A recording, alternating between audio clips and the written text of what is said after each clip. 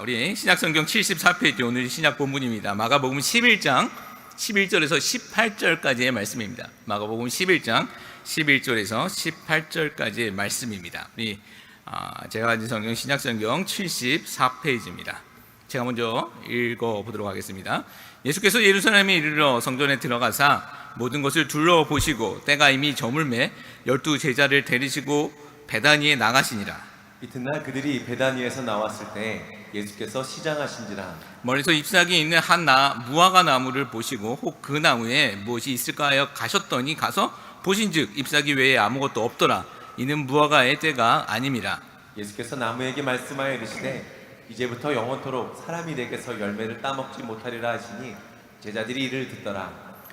그들이 예루살렘에 들어가니라. 예수께서 성전에 들어가사 성전 안에서 매매하는 자들을 내쫓으시며 돈 바꾸는 자들의 상과 비둘기 파는 자들의 의자를 둘러 엎으시며 아무나 물건을 가지고 성전 안으로 지나다니심을 허락하지 아니하시고 이에 가르쳐 이르시되 기록된 바 내 집은 만민이 기도하는 집이라 칭함을 받으리라 하지 아니하였느냐. 너희는 강도의 소굴을 만들었도다 하시매 대제사장들과 서기관들이 듣고 예수를 어떻게 죽일까 하고 꾀하니 이는 무리가 다 그의 교훈을 놀랍게 여김으로 그를 두려워함이더라.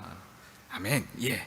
오늘 제목 무엇을 원하고 무엇에 분노하는가라는 제목으로 하나님 말씀 증거하도록 하겠습니다. 우리는 분노가 넘치는 세상에서 살아가고 있습니다. 언제부터인가 분노 조절 장애라는 그런 단어가 심심치 않게 들려지는 것을 보게 됩니다. 예전에는 못 들었던 것 같은데 어느 순간 뒤에 깊숙이 들어온 단어인 것 같습니다. 이것을 증명하듯이 신문이나 뉴스에서도 순간의 분노를 참지 못해서 일어나는 사고들이 종종 나오게 되는 것을 봅니다. 미국에서도 이슈가 되어지는 보복운전 이런 거 다 그 순간의 분노를 참지 못하여 일어나는 사건들입니다. 이런 일들이 많아지는 것은 그만큼 그 사회가 안정적이지 못하다라는 것을 보여주는 신뢰이기도 하죠. 또 이런 것은 분명 해악이고 또 그래서 참아야 하는 분노가 되는 것입니다. 또 반면 분노라는 것에는 긍정적인 요소도 분명히 있습니다. 잘못된 것, 불의한 것에 대해 분노할 수 있는 것, 이것은 필요한 것입니다.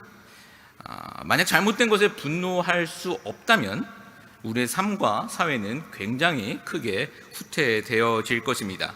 우리는 동물원에 갇혀 있는 동물들이 아닙니다. 잘못된 것에는 분노할 줄 알아야 하는 것이죠. 특별히 성도는 죄에 대해 분노할 줄 알아야 하는 것입니다. 이렇게 분노는 부정적인 면과 긍정적인 면 두 가지가 다 있습니다. 하지 말아야 할 것과 해야 할 분노가 있더라는 것이죠. 문제는 무엇에 우리가 분노할 수 있는가가 이것이 중요하다라는 것입니다. 분노 자체가 문제가 되는 것이 아니라 무엇에 분노하는가가 중요하다라는 것이죠. 오늘 읽었었던 본문에서도 예수님의 분노와 또 사람들의 분노가 등장하는 것을 보게 됩니다. 소망하는 것은 오늘 증거되어지는 이 말씀 속에서 2000년 전 중동 땅에 그냥 그렇고 그런 이야기가 아닌 오늘의 나의 모습이 발견되어지기를 소망하고 또 그런 나를 향해 일하시는 하나님의 일하심이 선명하게 드러나는 은혜의 시간 되시기를 예수 그리스도의 이름으로 축복합니다. 아멘. 함께 읽은 본문의 내용은 흔히 무화과 나무 저주 사건으로 알려진 열매 없는 무화과 나무 사건과 또 그만큼 우리에게 잘 알려진 성전 정화 사건입니다. 왜 이 두 사건을 같은 본문으로 정한 것이냐면 이 두 사건은 이제 별개의 에피소드, 두 개의 에피소드가 아니라 하나의 주제로 바라보는 한 가지의 에피소드로 보이기 때문입니다. 우리가 성경을 읽을 때 주의해야 할 것 중에 하나가 바로 문맥에서 성경을 읽어내는 것입니다. 문맥에서 성경을 읽어낼 줄 알아야 바르게 성경을 읽는 것입니다.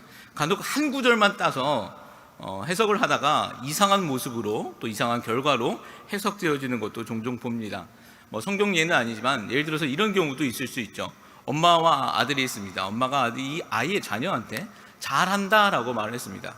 여기서 잘한다라는 말은 정말 잘했다라는 칭찬이 될 수도 있지만 또 그러나 반대의 뜻도 될 수 있는 것이죠. 아이가 시험을 보고 왔는데 10문제 중에서 3개만 맞춰왔습니다. 그런데 아이가 싱글벙글합니다. 이유를 물어보니까 자기보다 더 못 본 친구들이 있다라는 거예요. 그래서 엄마가 어이가 없어서 잘한다라고 얘기를 했습니다. 그래서 아이가 더 싱글벙글합니다. 자, 이런 경우 엄마가 아이한테 잘한다라고 말한 것, 이런 것은 정말 잘했다라는 뜻이 아니라 너 앞으로 그러면 크게 혼난다, 뭐 이런 뜻을 갖고 있는 것이죠. 앞뒤 상황을 봐야 우리가 그 문맥의 참 뜻을 알 수 있다라는 것이죠. 성경도 앞뒤의 문맥을 읽어내셔야 오해 없이 또 바른 의미를 우리가 찾아볼 수 있다라는 것입니다. 오늘 읽은 본문의 사건들은요, 예수님의 그 공생의 마지막 일주일인 예루살렘에서 벌어진 사건의 첫 부분입니다. 11장 읽진 않았지만 11장 첫 부분은요, 예수님의 예루살렘 입성이 그려지고 있습니다. 사람들은 자기 겉옷을 벗고 깔고 그 종려나무 잎을 흔들며 호산나 호산나를 외칩니다. 그것이 8절에서 우리 10절까지의 말씀인데 한번 읽어볼까요? 읽습니다. 많은 사람들은 자기의 겉옷을 또 다른 이들은 들에서 벤 나뭇가지를 길게 펴며 앞에서 가고 뒤에서 따르는 자들의 소리를 지르되 호산나 찬송하리로다 주의 이름으로 오시는 이여 찬송하리로다 오는 우리 조상 다윗의 나라여 가장 높은 곳에서 호산나 하더라. 예, 10절 말씀 보면 찬송하리로다 오는 우리 조상 다윗의 나라여 가장 높은 곳에서 호산나 하더라. 이것은 왕의 입성이었습니다. 여기서 호산나의 뜻은 우리를 구원하소서라는 뜻을 가지고 있습니다. 이 단어는 사람에게 사용할 수 있는 단어가 아니라 유대인들이 그토록 기다렸었던 메시아에게만 가능한 단어였습니다. 마태복음에서는 이때 성이 요동했다라고 기록하고 있죠. 사람들은 그만큼 예수님을 메시아로 알고 많은 환호와 군중의 요동함이 있었다라는 것입니다. 그 성 자체가 요동할 정도로 사람들의 환영의 소리가 넘쳤다라는 것이죠.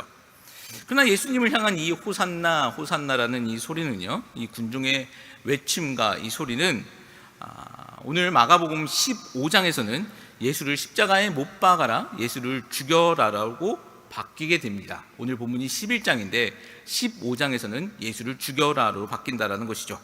생각해 보십시오. 오늘 입성이 11장입니다. 그 11장과 15장의 그 시간, 그 간격의 그 기간이 얼마나 될 것 같습니까? 몇 년이 될까요? 또 몇 년이 아니면 몇 개월이 될까요? 11장 오늘 이 본문의 말씀은요, 주일, 요일로 따지면 주일에 있었던 사건이고 15장 사건은 그 주 금요일에 있는 사건입니다. 주일에 호산나라고 외쳤던 그 군중의 소리가 그 주 금요일에 죽여라, 십자가에 못 박아라로 바뀌게 되었다라는 것입니다. 딱 길게 잡아도 5일입니다. 대체 5일 동안 무슨 일이 벌어졌기에 사람들은 이렇게 급하게 그들의 그 환호성을 집단 광기, 집단 폭력으로 바꾸게 된 것일까요? 오늘 말씀도 결론부터 말씀드리자면 예수님의 모습이 사람들의 원함과 달랐기 때문이다라는 것입니다.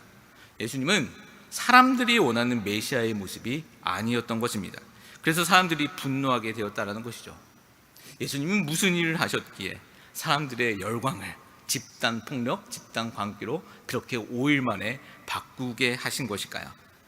그 첫 사건이 바로 오늘 이 성전 정화 사건이 됩니다. 또 성전 정화 사건은 무화과나무 사건과 연결된 사건이라고 말씀드렸었죠. 특별히 이 마가는 이 샌드위치 구조라고 합니다. 이 샌드위치 구조 속에서, 즉 앞뒤로 무화과나무 사건을 배치하고 그 중간에 이 성전 사건을 집어넣습니다. 오늘 읽지는 않았지만 성전 정화 사건 뒤에 무화과나무 사건 후편의 말씀들이 또 기록하고 있습니다. 예수님의 해석이 또 등장하고 있죠. 샌드위치 구조로 기록하고 있다는 것입니다.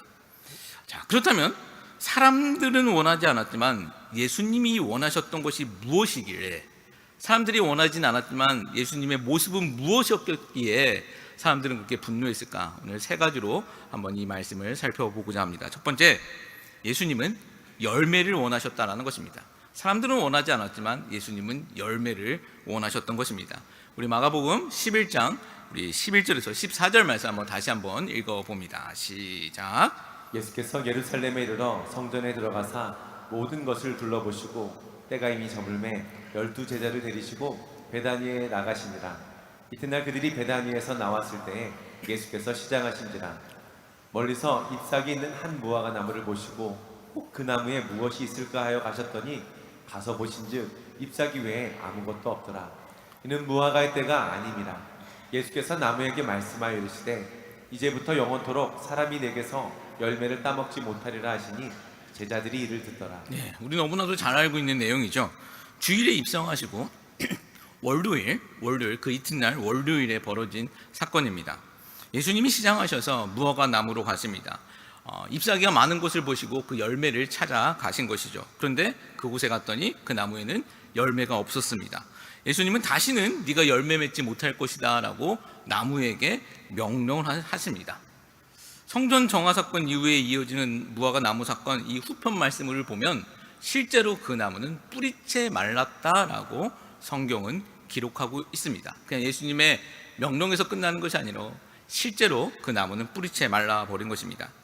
이 본문에서 어떤 분들은 예수님의 신성과 또 인성이 가장 잘 드러난 본문이다라고 말씀하시면서 해석하시는 분들도 있습니다.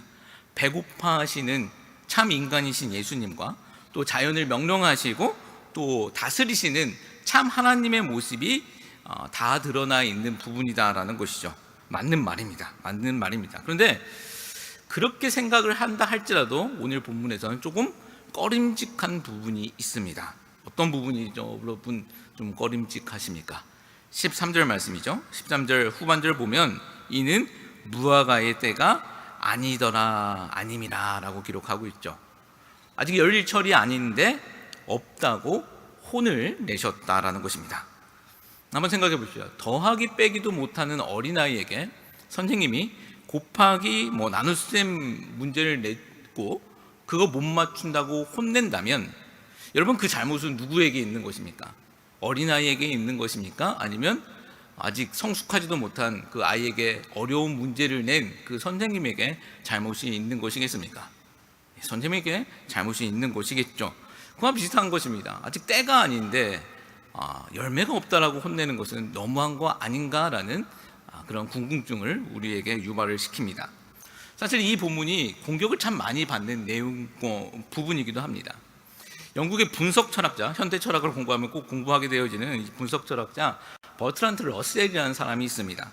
이 사람 여러 가지 책들, 유명한 책이 있는데 종교학적인 책도 많이 썼습니다. 나는 왜 기독교인이 아닌가라는 굉장히 유명한 책이 좀 있습니다. Why I'm Not a Christian이라는 책인데 이 책 서두에서 보면 30몇 페이지였던 것 같아요. 저도 이 책을 몇 번 읽었었는데 서두에 보면 정확히 이 본문을 끄집어냅니다.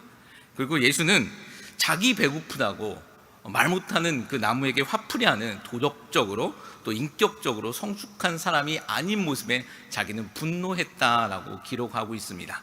예수의 이런 모습을 보고 내 주위에는 이보다도 훨씬 성숙하고 도덕적으로 완성된 사람들이 많더라라는 그런 이유를 씁니다. 그런 말을 합니다. 그리고 또 우리가 잘 알고 있는 알버트 슈마이처 박사라는 분 알고 계시죠? 의료봉사, 아프리카의 의료봉사, 또 밀림의 성자라는 별명을 갖고 있습니다. 노벨 평화상도 받으셨던 분이죠. 이분의 이력이 대단합니다. 의사이시고 또 철학자이시고 또 우리가 잘 알지 못하는 부분이 있지만 이분은 또 신학자였습니다. 또 루터교의 목사이기도 했습니다. 또 음악가이기도 했죠. 파이프 오르간 연주자였습니다. 파이프 오르간 연주자에서 끝나는 것이 아니라 파이프 오르간의 구조에 대해서도 굉장히 몇 개의, 제가 알고 있는 것만 해도 몇 개의 논문을 쓰셨던 분입니다. 이분은 박사가 3개가 있었어요. 의학 박사, 또 철학 박사, 신학 박사를 갖고 있었습니다. 근데 이 현대 신학을 공부하면 또 이분이 빠질 수 없이 또 등장하는 부분이 있는데 종말론이라는 부분에서 등장합니다. 근데 이분이 그렇게 신학자로서는 그렇게 좋은 평가를 받는 건 아닙니다. 근데 이분이 이 부분, 오늘 이 본문에 대해서 이렇게 이야기합니다. 이것은 십자가를 일주일 앞둔 그 예수님의 정신적인 히스테리, 발작적인 증세라고 의학적으로, 아마 정신의학적으로 설명했었던 것 같습니다. 그런 부분이 있었다라는 것입니다. 오늘 본문은 이렇듯 우리 기독교에서도 또 대외적으로 논란과 오해가 꽤 있는 부분입니다. 그러나 여러분, 하나님이 선택하시면 그것은 무조건 선입니다. 하나님이 선택하시면 무조건 정당하다라는 것입니다. 아멘. 이것은 사실은 더 설명할 이유도 없습니다. 그냥 하나님이 전능하시고 선하신 분이시기 때문에 그가 선택하면 우리가 이해하지 못하더라도 선이 되는 것입니다. 아멘. 그렇습니다. 이것이 전제이고, 그러나 이 부분을, 오늘 이 본문을 우리가 이해하는 두 가지 한도에서 한번 설명해 보고자 합니다. 이해해야 되니까 또 이해하는 두 가지 부분을 설명해 보고자 하는데, 첫 번째, 비유적인 해석으로 한번 우리 이 본문을 좀 보셔야 합니다. 구약을 읽어보면 하나님은 하나님과 이스라엘을 종종 여러 가지로 비유를 하셨습니다. 어미새와 새끼새로 비유하실 때도 있었고, 또 목자와 양으로 비유하시기도 했습니다. 또 신랑과 신부로 비유하시기도 했죠. 또 이스라엘을 종종 나무로 비유하시기도 했습니다. 그 나무가 어떤 나무였냐면 포도나무, 또 오늘 등장하고 있는 무화과나무, 또 감람나무 등으로 비유할 때가 많이 있으셨습니다. 오늘 본문은 공생의 마지막 기록의 한 장면입니다. 예수님의 가장 중요한 때이더라는 것이죠. 그렇기 때문에 이것은 그냥 나무 이야기가 아닙니다. 하나님이신 예수님이 의도적으로 무엇인가를 가르치시기 위한 행위였다라는 것이죠. 의도적인 행위라는 것입니다. 성경은 이것을 조금 어렵게 신학적으로 행위 계시라는 단어를 쓰고 있습니다. 호세아 선지자에게는 부정한 여인과 결혼해서 살아가도록 하나님께서 명령하십니다. 호세아 선지자의 삶 자체로 하나님의 마음과 이스라엘의 그 죄악, 우상 숭배하고 있는 그 이스라엘의 죄악을 폭로하시는 것이죠. 행동으로 가르쳐 주시는 것입니다. 즉, 이 이야기는 그냥 열매 없는 나무의 이야기가 아니라 하나님이 열매를 바라시며 심으신 나무인 이스라엘에 관한 이야기다라는 것이죠. 이것이 맞는 것입니다. 그러나 그렇다고 해서 때가 아닌 때 열매를 찾아 벌하신다라는 것은 그래도 우리가 좀 받아들이기가 좀 어려운 부분이죠. 불편한 부분입니다. 두 번째 설명은 환경적 설명을 요구합니다. 슈마이처나 러셀이 활동하던 시기에는 중동에 대한 연구가 많이 부족할 때였습니다. 지금처럼 성지순례가 쉬울 때도 아니었고요. 그래서 오해가 많이 있었습니다. 우리가 성경을 조금 더 잘 이해하기 위해서 성경이 쓰여졌었던 배경, 환경, 그리고 언어에 대해서도 알아야 하는 부분이 있어요. 그래서 목회자들이 신학을 공부할 때 성경의 문화나 지리나 환경에 대해서도 공부하는 부분이 있는 것입니다.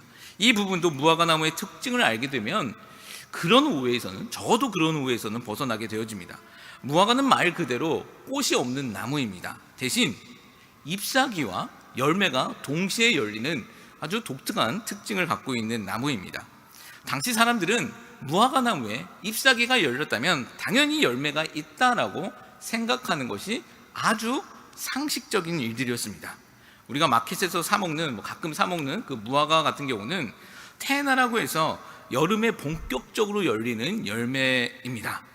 그런데 이 무화과 나무는 이 본격적으로 열리는 이 열매 이전에 이른 봄철에 볼품 없고 맛도 좀 떨어지고 이 모양도 별로 없는 첫 열매가 열립니다. 이것을 파게라고 합니다. 파게라는 단어를 쓰고 있습니다. 신약에서 보면 벳바게라는 그런 지명이 있죠. 이게 베이드라는 그 집과 파게라는 그 단어의 합성어입니다. 그래서 무화과의 집 이렇게 열립니다. 그 11장 1절에서도 등장하는 부분인데 이 첫 열매가 열려야 여름에 본 열매가 열리게 되어진다라고 합니다. 모든 가실수에는 주인이 있죠. 그런데 이 첫 열매 파게는 상품 가치가 없기 때문에 모양도 이쁘지 않고 맛도 좀 떨어지고 또 모양도 크기도 작아서 상품으로서는 팔릴 가치가 없었다고 합니다. 그래서 이 첫 열매들은 고아나 객이나 배고픈 자들이 마음껏 따먹어도 되는 합법적인 열매였습니다. 구약의 율법에는 약한 자들에게 대한 보호장치가 등장하고 있는 것을 보게 되어지는데 이 첫 열매 파게도 그 안전장치 중 하나였습니다. 주인에게는 별거 아니었지만 배가 고픈 고아나 객이나 이방인들, 가난한 자들에게는 이 열매들이 첫 열매이고 또 생명과 같이 귀한 열매가 되어진다라는 것이죠. 오늘 본문의 때가 바로 이 본 열매의 때는 아니지만 잎사귀와 함께 열리는 첫 열매, 그 볼품없는 그 첫 열매 파게가 열릴 시기쯤 되었다고 합니다. 왜 예수님이 분노하셨는지 아시겠습니까? 예수님은 고아나 객이나 배고픈 자, 이방인들, 가난한 자들에게 생명이 되는 그 첫 열매를 찾으셨던 것입니다. 그런데 없는 것이죠. 그러나 열매는 없고 그 잎사귀만 화려함이 가득한 나무만 보았던 것입니다. 겉모습만 그렇듯했다라는 것이죠. 생명은 없고 껍데기만 가득한 나무를 보신 것입니다. 여러분, 이게 그냥 나무의 이야기이겠습니까? 이거는 이스라엘의 이야기이고 또 오늘 우리의 이야기이기도 하는 것입니다. 예수님의 분노는 정당하셨습니다. 정신적인 히스테리가 아니라 또 뭐 미성숙한 그런 신앙, 그냥 그 성격, 그런 인격 때문이 아니라 예수님은 나무의 주인으로서 또 창조주로서 정당한 판결을 내리시고 계시는 것이죠. 저는 이 열매 없는 나무를 향해 앞으로 너가 열매 맺지 못할 것이라고 했었던 것은 저주가 아니라 이것은 정당한 판결이라고 생각합니다.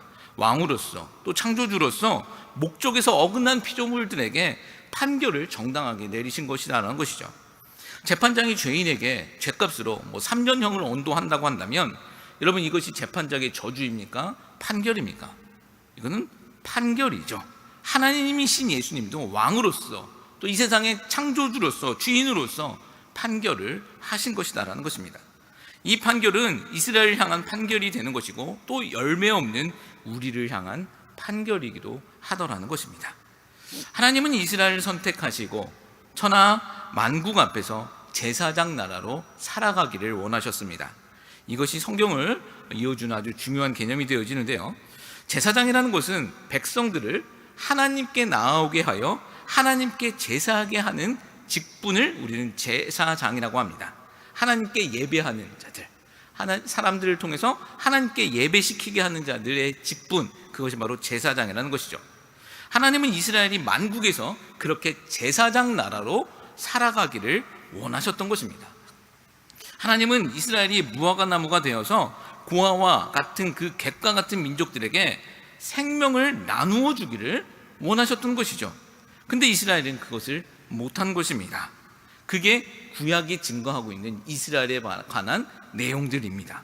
그러면서도 화려한 잎사귀만 잔뜩 가지고 있는 것이죠.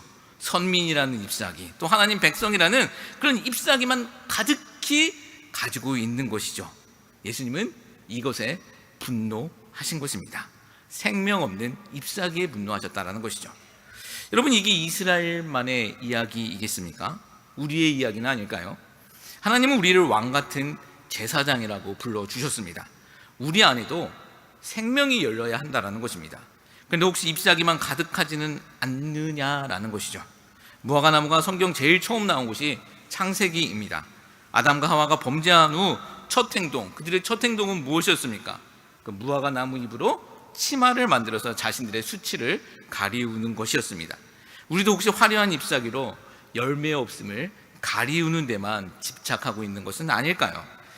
직분이라는 잎사귀로, 또 열심이라는 잎사귀로, 또는 헌신이라는 잎사귀로 가리고 있는 우리의 모습은 있지 않을까 여쭤봅니다.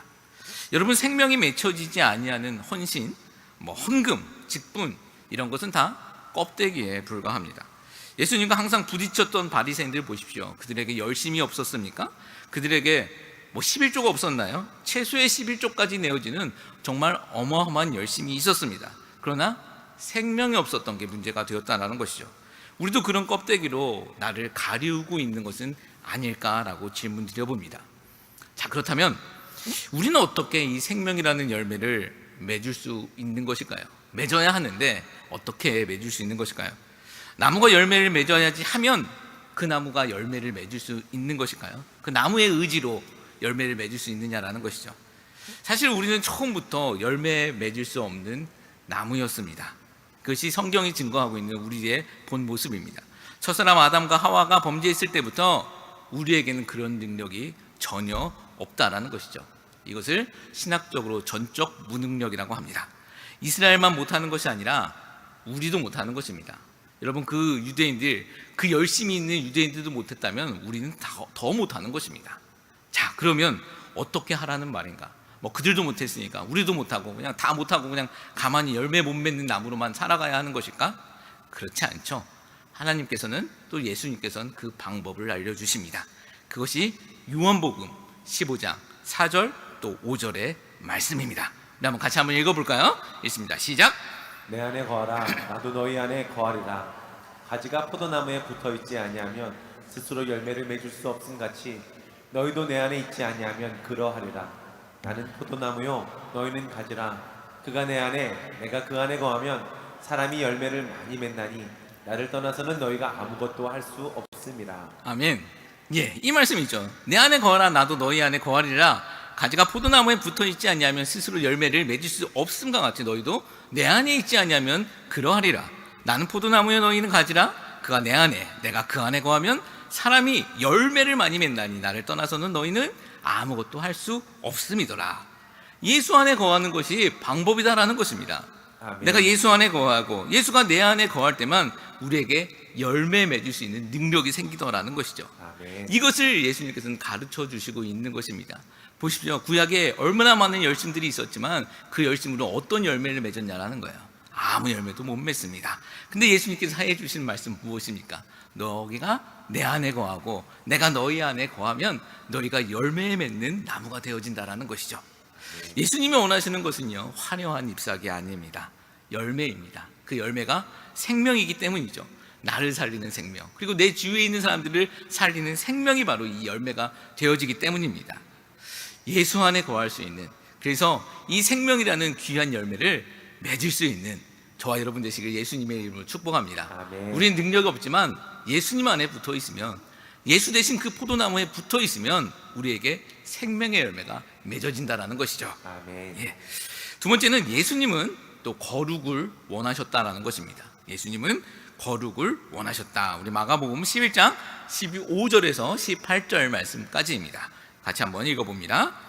그들이 예루살렘에 들어가니라. 예수께서 성전에 들어가사 성전 안에서 매매하는 자들을 내쫓으시며 돈 바꾸는 자들의 상과 비둘기 파는 자들의 의자를 둘러 엎으시며 아무나 물건을 가지고 성전 안으로 지나다님을 허락하지 아니하시고 이에 가르쳐 이르시되 기록된 바 내 집은 만민이 기도하는 집이라 칭함을 받으려고 하지 아니하였느냐. 너희는 강도의 소굴을 만들었도다 하시매 대제사장들과 서기관들이 듣고 예수를 어떻게 죽일까 하고 꾀하니 이는 무리가 다 그의 교훈을 놀랍게 여김으로 그를 두려워함이러라. 예, 이 본문에서는 예수님의 분노도 등장하고 대제사장, 종교 지도자들의 분노도 등장하고 있습니다. 예수님은 예루살렘에 있어 첫날에도 성전을 들이셨고요, 또 둘째 날 월요일에도 성전을 들이셨습니다. 무엇인가 의도가 있는 행위이죠. 먼저 여러분, 성전이 무엇입니까? 우리가 잘 알고 있는 그 성전이라는 것이 무엇입니까? 왜 성전이 되어집니까? 성스러울 성자, 그리고 그 전자를 쓰고 있죠. 왜 그런 말을 쓰죠? 왜 성스러운 장소가 되는 것이냐라는 것이죠. 그 장소가 성스러워서? 그건 아니죠. 그곳에 하나님의 임재가 있기 때문에 성전이 되어지는 것입니다. 그 장소가 성스러운 것이 아니라 그곳에 하나님의 임재가 있기 때문에 그곳이 성전이 되어지다라는 것입니다. 아멘. 하나님이 거하시는 곳이기에 그곳이 성전 되어지는 것입니다. 성막도 마찬가지입니다. 텐트가 왜 성막이 되는 것이냐면 그곳에 하나님이 거하심, 하나님의 임재하심이 있겠다라고 말씀하셨기 때문에 그 텐트가 성막이 되어지는 것이죠. 아무리 그 텐트를 훌륭하게 지었다 할지라도 그것이 성전이 아니라, 성막이 아니라, 그것이 성스러운 곳이 아니라 하나님이 거해 주시기 때문에 성스러운 곳이 되었다라는 것입니다.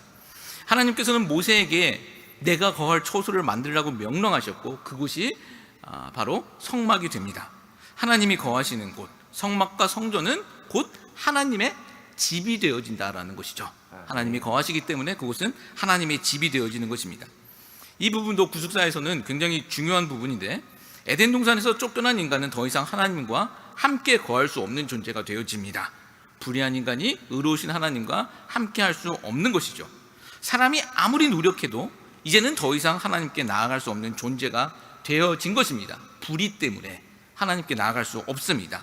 유일하게 이 문제를 풀어갈 수 있는 분이 있다면 그것은 하나님입니다. 하나님이 직접 인간에게 찾아오시는 길밖에 없다는 것이죠. 모세 이전까지는 하나님께서 개인적으로 각 사람에게 찾아오셨습니다. 근데 이스라엘을 선택하신 후 공적으로 하나님께서는 사람들에게 찾아와 주시기로 결정하시고 그렇게 행하셨습니다. 그게 성막이고 성전이 되는 것입니다. 하나님을 만날 수 없는 자들에게 하나님이 공식적으로, 공적으로 찾아와 주신 것이다라는 것이죠. 여러분, 이게 은혜가 되는 줄 믿습니다. 아멘. 성전에 들리셨다는 것, 예수님이 성전에 들리셨다는 것은 예수님이 하나님으로서, 하나님이신 예수님이 하나님으로서 자신의 집에 찾아가신 것입니다. 마치 포도원 주인이 일꾼들에게 맡겨 두었던 그 포도원을, 자신의 포도원을 찾아가신 것과 같은 것입니다. 주인이 자신의 집에 돌아와 살펴보고 있는 것이죠. 자, 그런데 예수님이 자신의 집에서 보신 첫 번째 것들은 무엇입니까? 성전 안에서 장사하는 자들을 본 것입니다. 여러분, 이 성전, 유대인들에게, 이스라엘인들에게 이 성전이 어떤 의미가 있었을까요? 솔로몬이 성전을 지을 당시 성경은 이렇게 기록하고 있습니다. 열왕기상 6장 우리 7절 말씀인데 성경은 이렇게 기록하고 있습니다. 한번 읽어볼까요? 이 성전은 건축할 때 돌을 그 뜨는 곳에서 다듬고 가져가다가 건축하였으므로 건축하는 동안에 성전 속에서는 방망이나 도끼나 모든 철 연장 소리가 들리지 아니하였으며. 예, 성전을 건축하는데 보십시오.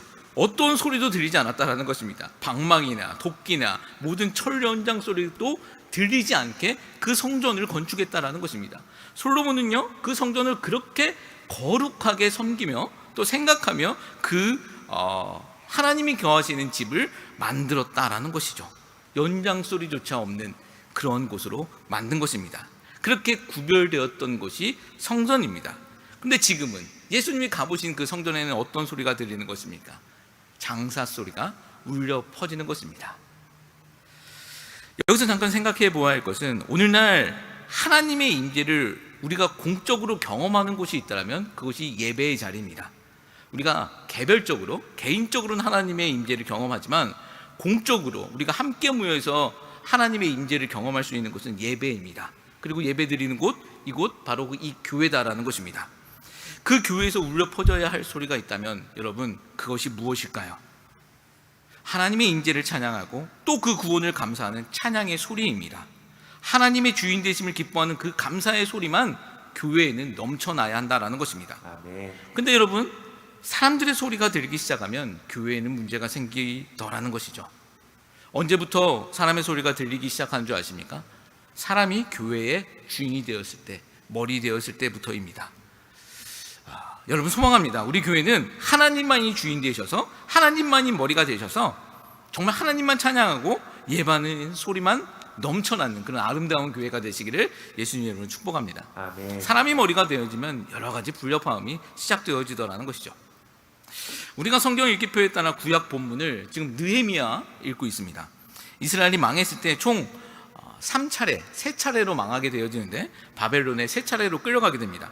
포로에서 돌아올 때도 3차례로 돌아오게 되어지는데 그 이야기, 첫 번째 이야기가 1차로 스룹바벨로 이야기가 되어지고 2차로 에스라의 이야기, 또 3차로는 오늘 우리가 읽고 있는 느헤미야 이야기로 이어집니다.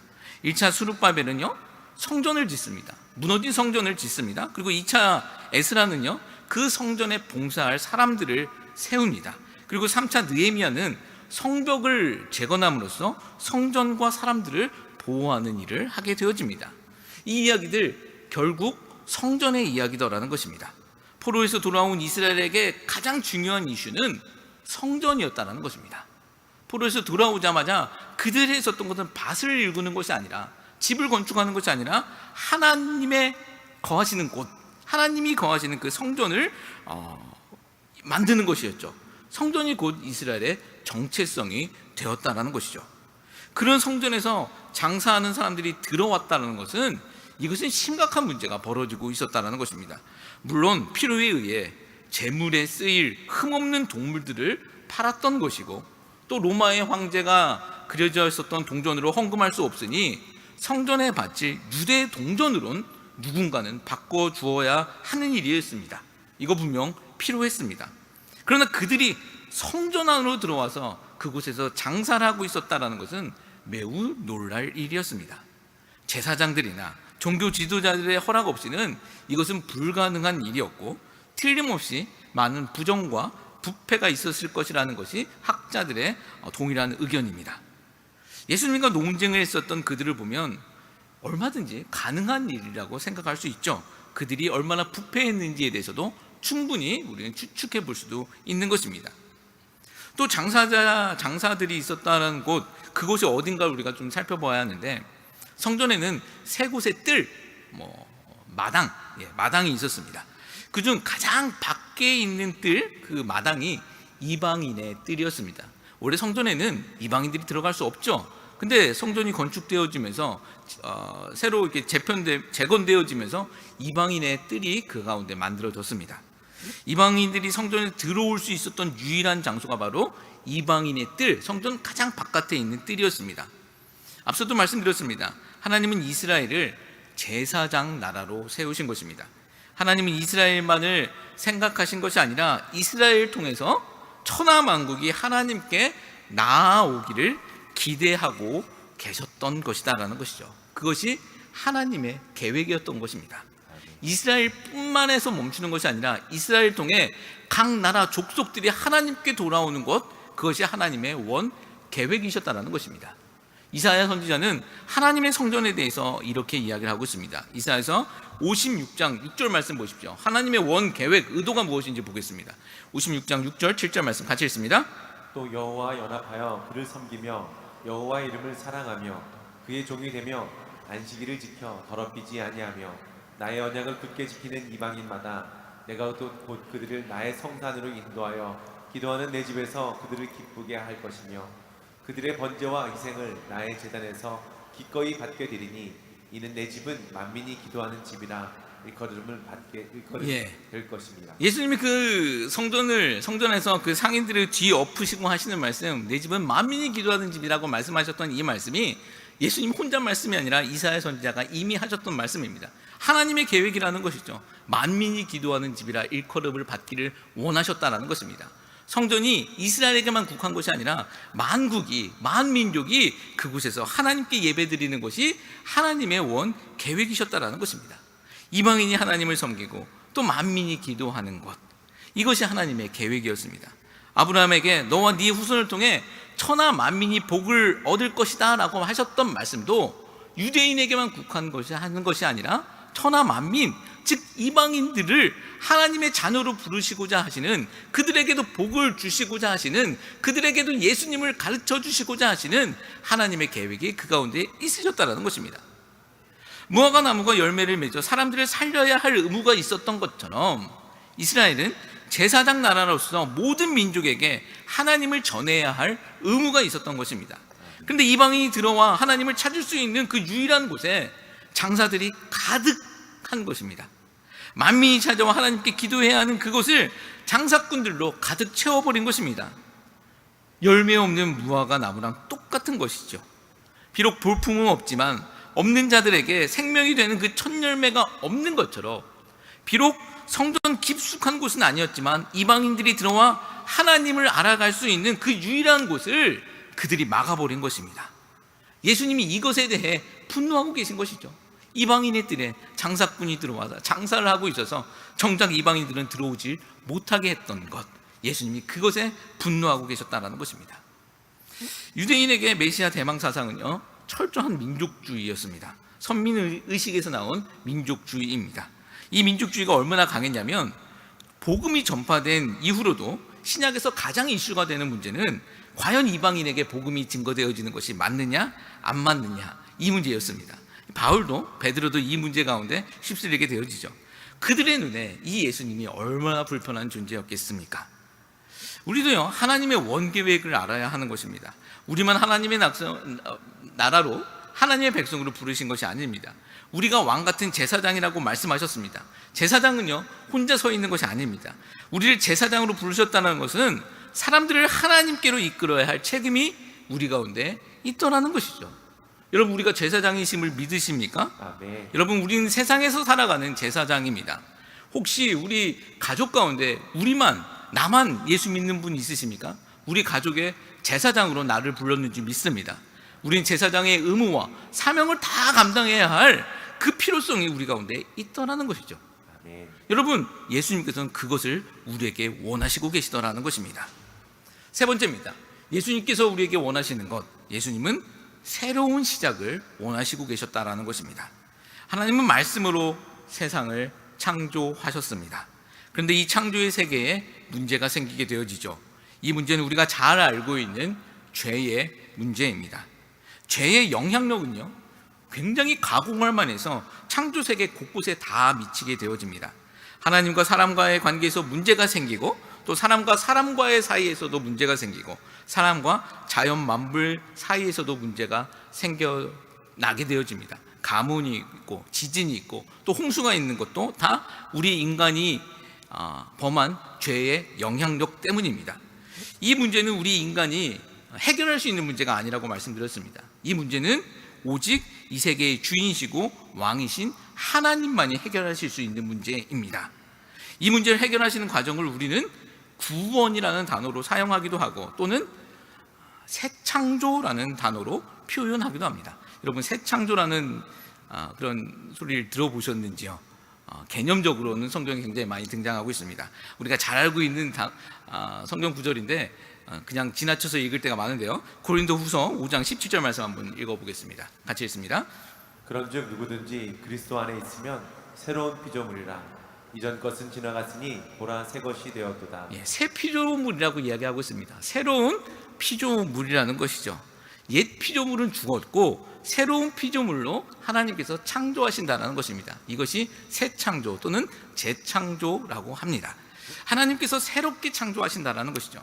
하나님은 말씀으로 이 세상을 창조하셨듯이 요한복음 말씀 보면 말씀이신 예수님으로 하나님은 이 새로운 창조를 시작하시게 된 것입니다. 그래서 우리가 말씀이신 예수로 인해 새로운 피조물이 되었다라는 것이죠. 이것은요 굉장히 놀라운 사건입니다. 이 성전 정화 사건 역시 놀라운 하나님의 선언이 그 안에 포함되어 있는 것입니다. 생각해 보십시오. 성전 정화 사건을 통해서 여러분 그 성전이 정화가 됐을까요? 예수님이 뒤에 엎으십니다. 그리고 소리 지르시죠. 마태복음 말씀 보면 노끈으로 채찍을 만들어서 휘두르셨습니다. 그렇게 분노하시고 휘둘렀는데 그렇다면 그 후에 성전이 정화가 됐을까요? 이제 괜찮은 성전이 됐을까요? 마가복음 13장 1절 말씀, 오늘 11장 말씀이었죠. 두 장 뒤에 있었던 사건이에요. 13장 1절 말씀, 2절 말씀 같이 읽습니다. 예수께서 성전에서 나가실 때 제자 중 하나가 이르되 선생님이여 보소서 이 돌들이 어떡하여 이 건물이 어떠하나이까. 예수께서 이르시되 내가 이 큰 건물들을 보느냐 돌 하나도 돌 위에 남지 않고 다 무너뜨려지리라 하시니라. 예, 돌 하나 돌 위에 남지 아니할 것이더라고 성전의 결말 마지막에 대해서 선언하십니다. 여러분 이것이 무엇을 의미하는 것일까요? 역사적으로 성전은 AD 70년경에 로마에 의해 완전히 무너져 버립니다. 그러나 단지 이 사건만을 예언하는 것이 아니라 건물 성전의 종식을 의미하시는 것입니다. 왜요? 성전이 왜 성전이라고 말씀드렸죠? 하나님이 거하시기 때문에 그곳이 성전이 된 것입니다. 근데 이제는 하나님이신 예수님이 이 땅에 오셨습니다. 임마누엘이라고 하죠. 성경은 그 예수님이 참 성전이라고 말씀하고 계십니다. 그리고 이제는 성령 하나님을 이 땅에 보내주셨죠. 그리고 이제는 어느 장소에 국한되는 것이 아니라 우리 각각 마음에 그 성령 하나님을 보내주신 것입니다. 따라서 성령 하나님을 모시고 있는 우리가 곧 성전이 되어지는 것이죠. 아멘. 하나님을 모신 곳이 성전이라면 우리 안에 성령 하나님이 계시기 때문에 우리가 성전이 되어진다라는 것입니다. 이 새로운 시작을 예수님께서는 알려주시고 또 선언하고 계신다라는 것이죠. 우리는요 성전된 우리가 이렇게 모여서 교회가 되는 것입니다. 이것이 하나님이 말씀하신 하나님의 계획인 교회 시대의 시작이 되어집니다. 조금 더 생각해 보고 싶은 것이 있는데 구약을 보면 나병, 문둥병에 대한 규례가 있습니다. 문둥병, 이 나병 아시죠? 이 나병의 무서운 점이 무엇이냐면 고통을 모른다라는 것이죠. 손가락이 잘려나가고 발가락이 잘려나가도 그 고통을 모른다라는 것입니다. 그리고 또 무서운 것은 전염성이 강하다라는 것입니다. 지금이야 의학이 발달되어서 전염과 발생을 약으로 조절하고 막을 수 있는 것으로 알고 있지만 그러나 성경에서는 이 영적으로 아주 부정한 병이 바로 이 나병이 되어집니다. 이 재미있는 것은 레위기 14장 말씀 보면 건물에도 문둥병이 드는 기록이 있습니다. 건물에도 나병이 든다라는 것입니다. 그리고 그 판정하는 규례, 건물에 나병이 들어 판정하는 규례가 나오고 있습니다. 이것은 사람이 걸리는 나병이 아니라 지금에서 보면 건물에 발생하는 곰팡이라고 합니다. 근데 이것을 성경은 나병이라고 칭하면서 그 규례를 아주 자세하게 기록하고 있습니다. 이 건물 나병에 대한 진단은 오직 제사장만이 진단할 수 있고 완집 판정도 또 그 병이다라는 것을 규정하는 것도 제사장만이 할 수 있습니다. 제사장만이 할 수 있다는 것은 그것은 영적인 의미가 분명히 그 안에 있다는 것이죠. 특이한 것은 건물에 나병이 생기게 되어진다면 제사장이 판단하여 처음에는 그 일부분만 제거하면 됩니다. 곰팡이 생긴 부분만을 헐거나 또 벽돌을 뽑아서 버리면 되는 것입니다. 청소를 하면 된다라는 것입니다. 근데도 이 곰팡이가 사라지지 않게 되어진다면 그때는 제사장 명령으로 건물을 송두리째 돌 하나 남기지 않고 무너뜨려서 버려버려야 했던 것이죠. 처음엔 청소를 하고 그래도 나음이 없으면, 처음엔 정결 작업을 하고 그래도 나음이 없으면 모두 무너뜨려야 하는 것. 여러분, 어떤 게 오버랩 되십니까? 예수님이 성전에 대해 이야기하시는 것과 똑같지 않습니까? 이 사건은 제사장이신 예수님이 성전을 향해 문둥병 판결을 내리시는 것과 같다라는 것입니다. 처음에는 성전 청소를 하셨지만 마지막에는 돌 하나 돌 위에 남기지 않겠다라고 제사장이신 예수님께서 판정을 해내신 것이죠. 예수님은 건물이 아닌 거룩을 원하셨습니다. 그러나 사람들은 그 성전을 성전이 아닌 장사하는 상점으로 만들었습니다. 그리고 그것이 잘못된 것인지도 모르고 썩어가고 있는 것인지도 모르고 남을 전염시키고 있는 것도 모르는 그런 문둥병에 걸린 것입니다. 재밌죠? 한 곳이 더 있습니다. 마가복음 우리 11장 27절 말씀, 우리가 생각해야 할 부분 한 곳이 더 있습니다. 우리 11장 27절 말씀 한번 읽어봅니다. 그들이 다시 예루살렘에 들어가니라. 예수께서 성전에 거니실 때에 대제사장들과 서기관들과 장로들이 나와 이르되 무슨 권위로 이런 일을 하느냐? 누가 이런 일을 할 권위를 주었느냐? 이게 셋째 날이에요. 이제 화요일 셋째 날에 예수님께서는 또 성전을 거니십니다. 근데 표현이 있죠. 예수님께서 성전을 거니셨다라고 이야기합니다. 그러자 이 영적 문둥병에 걸린 이 종교 지도자 같은 사람들이 항의를 하고 나섭니다. 여기서 거니셨다라는 표현 있잖아요. 이 거니셨다, 이 표현이 성경에 처음에 등장하는 곳이 어디냐면 바로 아담과 하와 범죄했었던 그 순간입니다. 우리 창세기 3장 8절 말씀이에요. 읽습니다. 그들이 그날 바람이 불 때 동산에 거니시는 여호와 하나님의 소리를 듣고 아담과 그의 아내가 여호와 하나님의 낯을 피하여 동산 나무 사이에 숨은지라. 에덴에서 하나님이 거니셨다라는 것입니다. 예수님이 성전에 거니셨죠. 동일한 표현을 쓰고 있습니다. 자, 범죄한 아담과 하와는 하나님의 거하시는 소리를 듣고 무서워서 숨어버립니다. 그런데 당시 종교 지도자들은 성전에 거시는 그 예수님을 보고 항의를 하며 그 앞에 대항하고 나온 것입니다. 창피해하지도 않고 두려워하지도 아니하는 영적 문둥병에 걸린 사람들의 전형적인 모습이더라는 것이죠. 이 항의의 결말은요, 종교 지도자들이 예수님을 죽이고자 했지만 사람들이 두려워서 그 계획을 미룸으로 다음 스토리로, 다음 장으로 넘어가게 됩니다.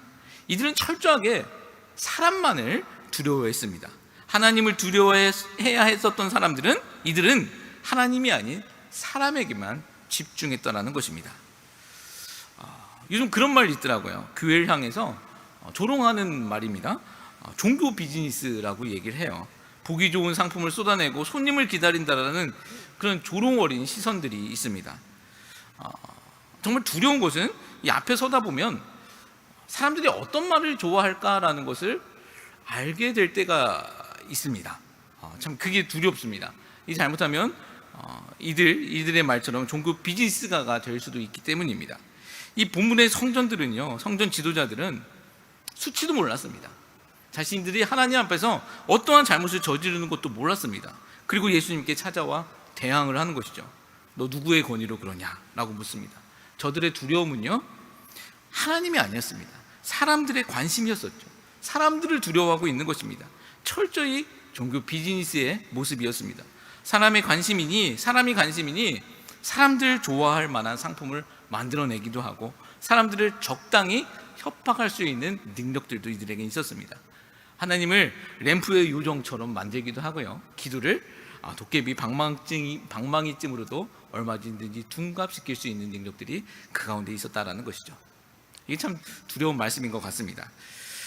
예수님은요, 오병이어, 병자 고침 이런 기적들만 베푸셨다면 아마 사람들은 계속 열광했을 것입니다. 계속해서 호산나 호산나를 외쳤을 것입니다. 예수님께서 그걸 모르셨을까요? 그리고 그것을 못하시는 것일까요? 아니죠. 얼마든지 능력이 있으시고 할 마음만 있으시면 더한 것도 하십니다. 근데 예수님의 이 땅에 오신 그 목적, 그것은 오병이어나 병자 고침의 그 목적이 아니었다라는 것이죠. 그 목적은 무엇이었습니까? 십자가의 죽음이셨다라는 것입니다. 단번에 완전한 제사로 드려지기 위한, 제물이 되기 위한, 대제사장으로서 제물을 드리기 위한 그 목적이 있으셨다라는 것이죠. 그래서 사람들은 그를 향해 분노하게 되어집니다. 자신들이 원하는 오병이어나 사람 고치는 기적 이런 거 베풀어 달라는 것이죠. 근데 하나님께서는, 예수님이신 하나님이신 예수님께서는 그것 아니라 내가 죽으러 왔다라고 말씀하셨기에 사람들이 분노했다는 것이죠. 여러분, 우리가 진짜 원해야 해야 하는 것, 그리고 진짜 분노해야 하는 것은 무엇일까요? 하나님을 하나님으로 인정하는 것을 우리는 원해야 하는 것이고요, 성도가 성도다운 것, 또 목사가 목사다운 것, 교회가 교회다운 것을 원해야 하는 줄 믿습니다.